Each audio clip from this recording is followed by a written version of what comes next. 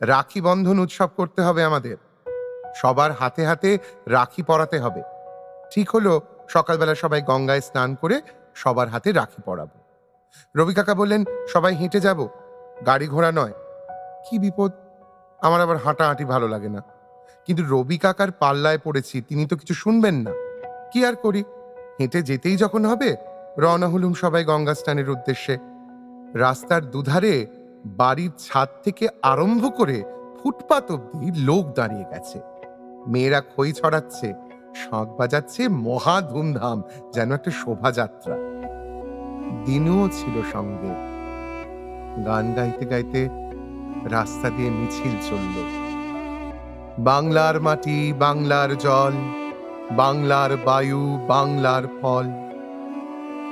এই গানটি সে সময় তৈরি হয়েছিল। ঘাটে সকাল